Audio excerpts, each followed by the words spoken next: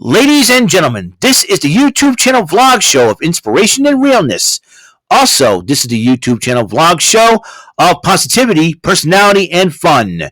This is Eric Lima Shenanigans of 1977, and now the perpetrator of these shenanigans, Big Beefy E himself from his Big Beefy Man Cave in New Bedford, Massachusetts, Mr. Shenanigans himself, and the two-time Chilling 3000 2022 End of the Year Awards winner, Eric M. Lima. Thank you very much, Mr. Announcer, sir. Well, hello there, everyone. Welcome to yet another episode of Eric Lima Shenanigans of 1977. And this is episode 756 of the show, and this is the State of Shenanigan address for the entire month of July 2023, which that would be, let's see. Give me a second here, dude. Give me a second here, and let's see. I usually have a playlist, my videos, and let's see. I usually have a playlist here, and because I want to talk about a few things that have happened. This is the videos. Let's see. Playlist view all the playlists, and let's see what I can. All right, this is the seventh edition of the State of Shenanigan address. Like I said, July of 2023. Well, I'll tell you what, July. At least this month's a lot better than last year. Last July, last July I spent the entire month over at an apartment that I'm not used to, and because our house needed to be de-leaded, so to speak. Or at least get cleaned up of lead, before our house passed inspection in August of that year. So this month, this whole entire month's been a little bit on the crazy side, especially at work. When you're shorthanded and you're doing everything you can, and sometimes you get really frustrated, and that's happened for me a couple of times. But however, this was my first full month with the new car that I have. And I remember the end of June, I ended up getting a 2003 Toyota Highlander and trying to get used to it, and been driving around with it for a month now. It's been working out pretty well so far. So, no issues, no big issues, no nothing. People put on screen. Okay, what about the check engine light? My father told me not to worry about it because, he knows how it's done, but he says it's no big deal, and I'm going to be okay. So I decided to test it out today after work. Drove all the way from, this is probably the craziest situation. I drove from Dartmouth, took the longer way, and all the way around, went into Acushnet, and for a short term, then into Fairhaven. Then I took the car all the way to the south end of New Bedford, all the way, and filled up the car with gas at Stop and Shop, and then I went all the way, drove to my old neighborhood, and then drove back, stopped by to order a pizza for lunch at Domino's, and then headed home. That's right. And no issues whatsoever. No issues. I had the sucker playing some Spotify, and it's been like I said, it's been the Whale Sea Festival. I'll tell you one thing. At the beginning of that week, I thought, okay, it's gonna. I checked the weather. Oh, it's gonna rain and all that. I said it's gonna be a bust. It's gonna suck. I'm not gonna be able to attend. But the rain held off. It held up the week. Now, the Portuguese Feast is coming up this weekend. Now they're predicting it's all going to rain and all that. It's all going to be a bust out. And it's like, oh great, it's going to be a bust for me because I only can visit only 2 days. That would be Saturday and Sunday because I prefer going during the day. Going to some place like that during the day. Then at night when it gets crowded and people start getting crazy and all that, and you get drunk off Madeira wine and then everybody go complete. Who knows? I would probably get goosed by another girl or something like that. I don't know. So like, and plus I need to get home Saturday to fill in for Jordy Scout on AEW Collision. Check us out for the live reaction. And also, I'll probably, and afterwards I'm going to join up with Brandon Martin for the rest of SummerSlam. So I'll be covering SummerSlam and AEW Collisions. I'm going to be going back and forth on that. That's going to be a little crazy. Tonight's the final Raw before SummerSlam, and you got, Friday Night SmackDown before SummerSlam, and you got the fallout from Great American Bash tomorrow night on NXT. So you got so this week, the end of July, beginning of August will be even crazier. So this first week. So also next month we'll be celebrating the 1 year anniversary being in this new room, August the 20th.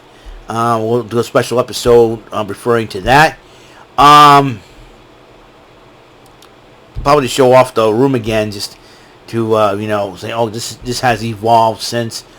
Also, I'll be working on new thumbnails for the second season of Eric Lima Shenanigans of 1977. I will do. I don't think it's ever done on television where you do a pilot episode for a second season. But I think I'll do a pilot episode for the second season.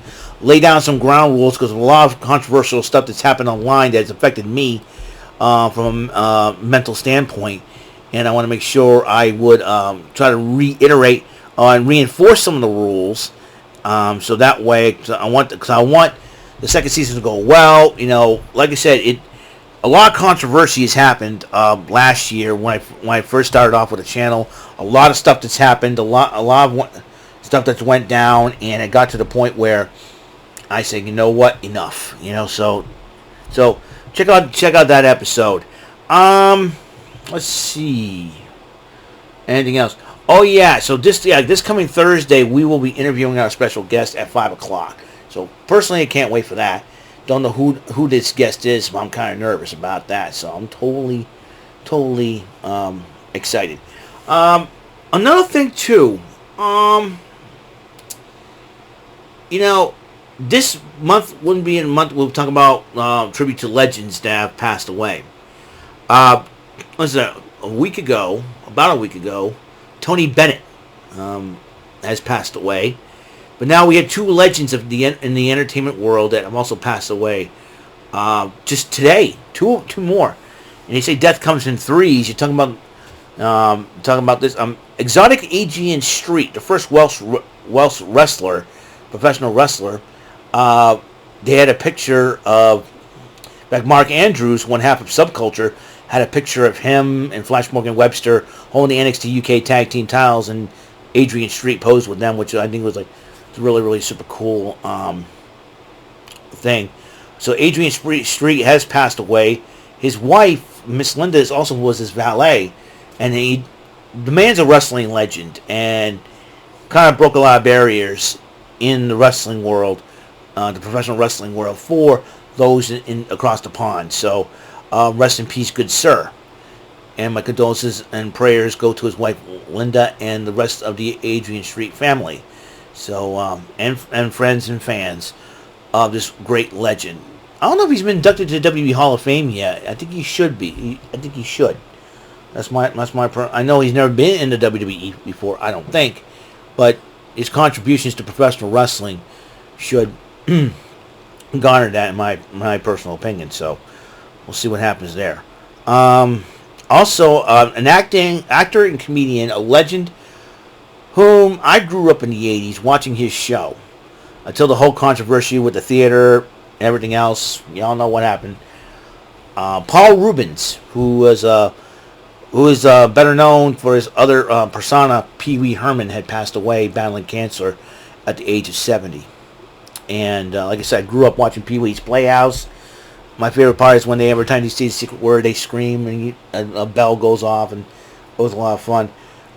It brought, so many acting legends like, Lawrence Fishburne. He got his big break on there when he played Cowboy Curtis. And then you got Essie-Patha Mickelson. I think that's her name. I think she was part of the Law and Order, but she got her start there on Pee Wee's Playhouse. Reba the Mail Lady, which is really cool. I didn't even know that. So, yeah, and I think I think the show was canceled after he was arrested for um, lewd conduct in a theater. Let's just say it that way. But he didn't make a comeback, so to speak. He was a guest host of Monday Night Raw, and he had Big Show dressed as him, which I think was pretty funny. And then, him and the Miz, they had it go at it, and then an interaction with The Rock at WrestleMania, where he was acting like you can't see me, and he was famous for that tequila dance in Pee Wee's Big Adventure. And then, there was the scene when he tells his love interest, Dottie, I'm a loner, I'm a rebel, that. And the cat, one of the funniest phrases, I know you are, but what am I,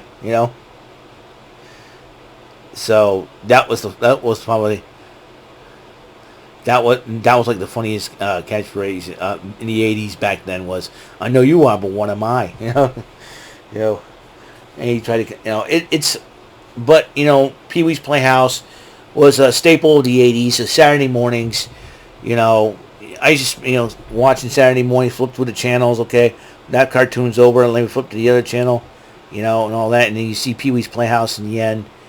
And, so Paul Rubens did play the father of Oswald Cobblepot. He played one of the vampires on Buffy the Vampire Slayer, the movie, starring Christy Swanson, the late great Luke Perry. And David Arquette. I think he was in that movie too, I do believe. So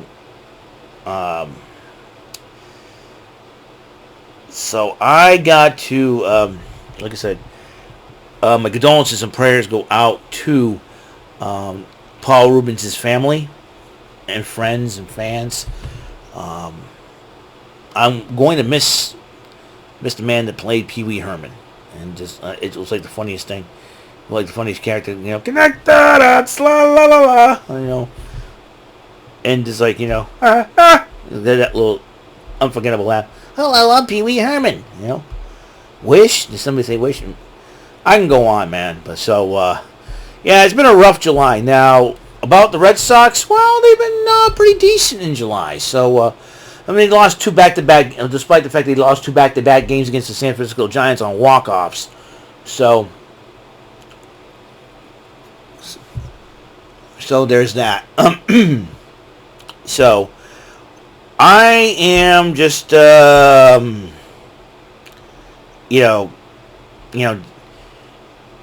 like I said, Pee Wee Herman, Paul Rubens will be totally missed, sorely missed.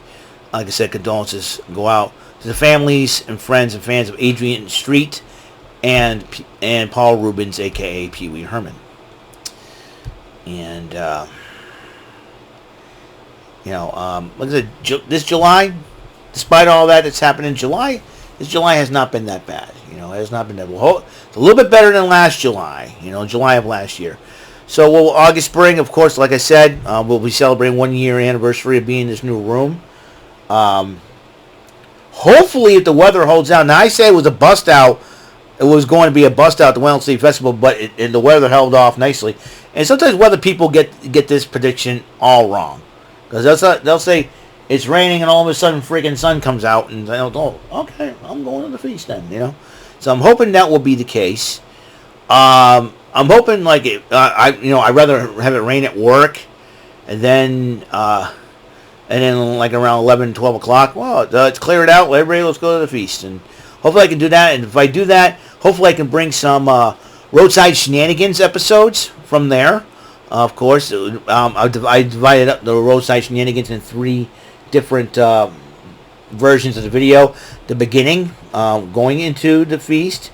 The middle will be at the feast, and then walking out of the feast. It's going to be a little different this year because of the fact there is going to be, they limited the entrances, and because everybody's got to go through metal detectors, because New Bedford can be a lot of trouble sometimes, especially at night. I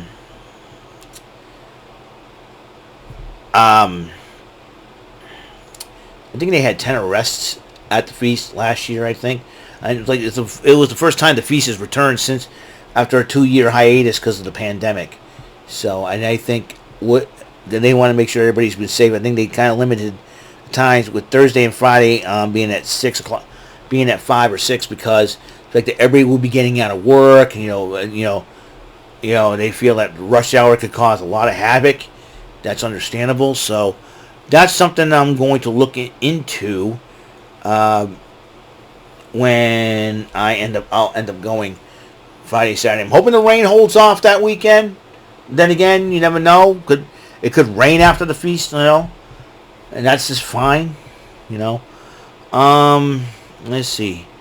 Yeah, so August the 20th, I can find out what date that falls on. Let me just check the old calendar here. And, let's see. It'll be on a Sunday this year. Yeah, so I'll do a very special episode on that day to celebrate the 1-year anniversary being in this room. And then September the 5th, Labor Day, I will celebrate the 1-year anniversary and by starting the second season of the show. Like I said, there'll be new thumbnails coming up for the game show, Flash Game Show gameplays, the Flash Game Show gameplays,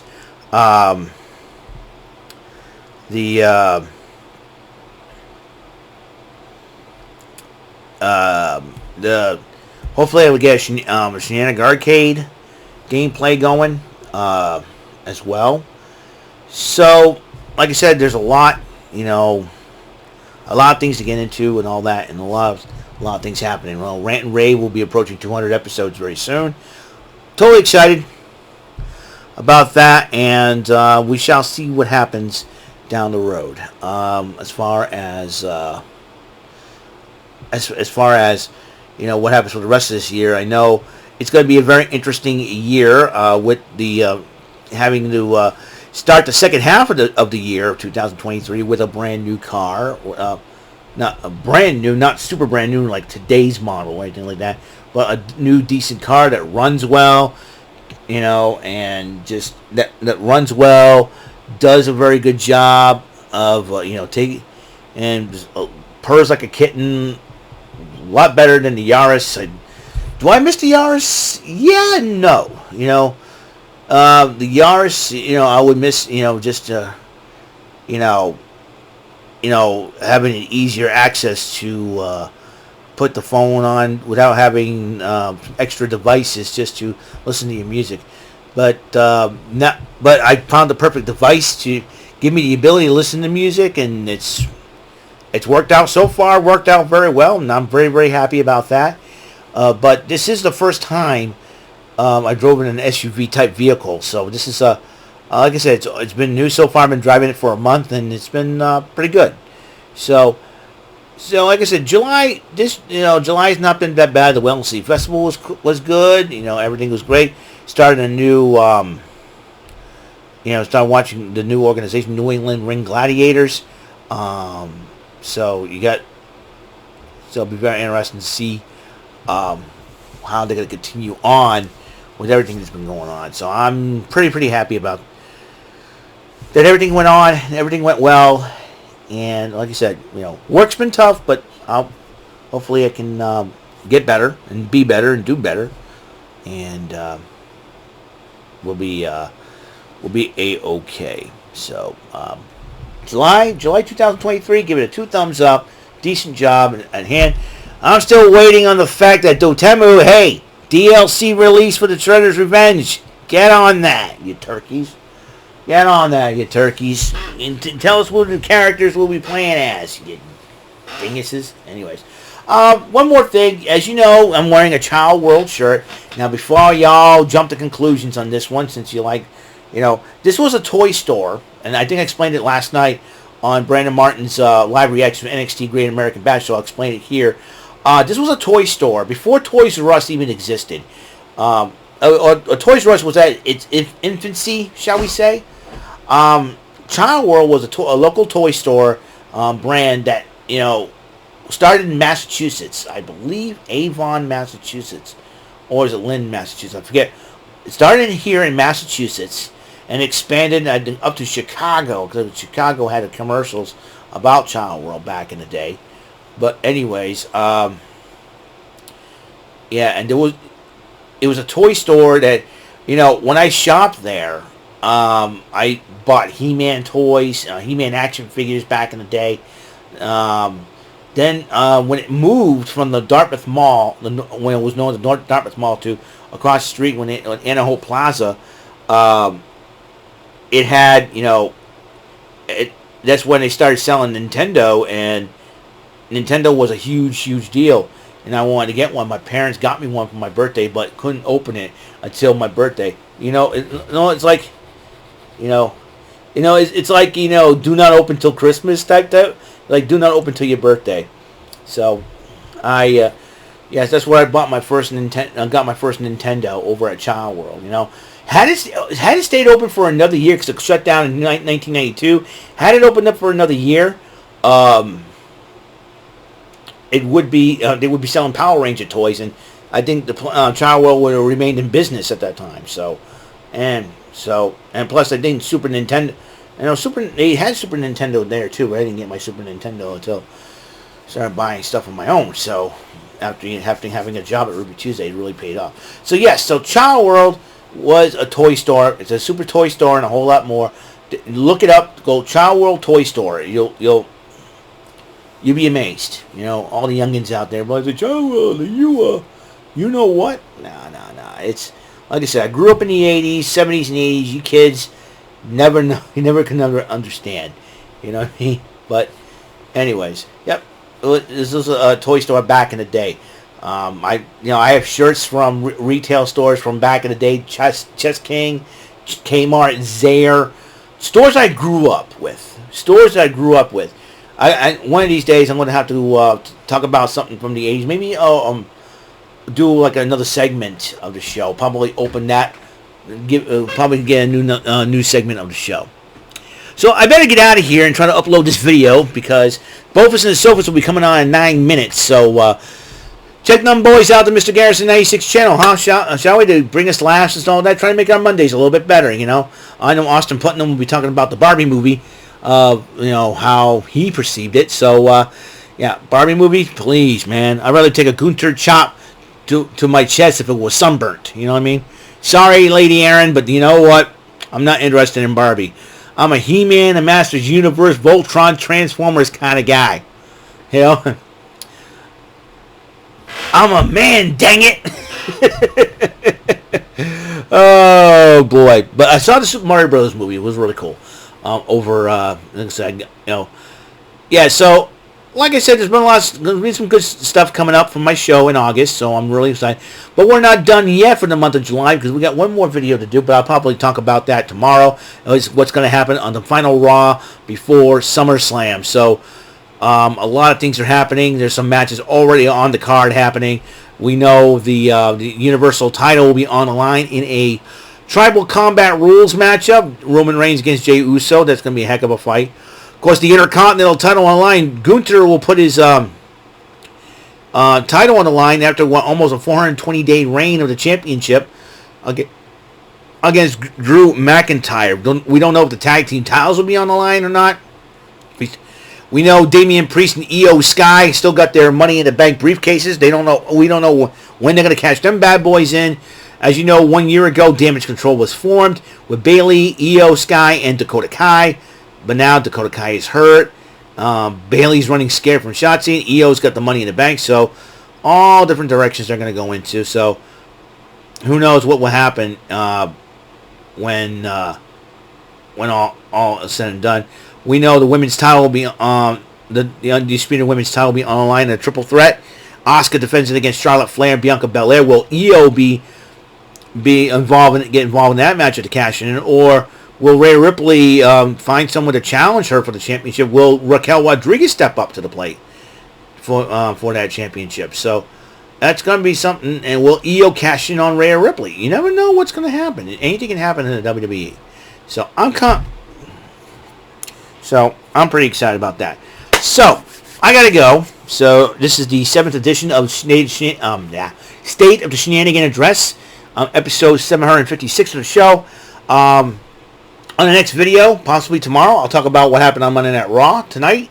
So that way I'm not going to be up late doing this. And if I got to go quick and trying to go take 10 minutes of it, that's fine. That's it. That's all there is to it. So I'll see you guys later. Until the next episode comes rolling around, guys. Mr. Announcer, take us home. That is all for today's episode of the show. This is Mr. Lima speaking for Eric Lima Shenanigans of 1977. A Big Beefy E, do it for Bob Saget production.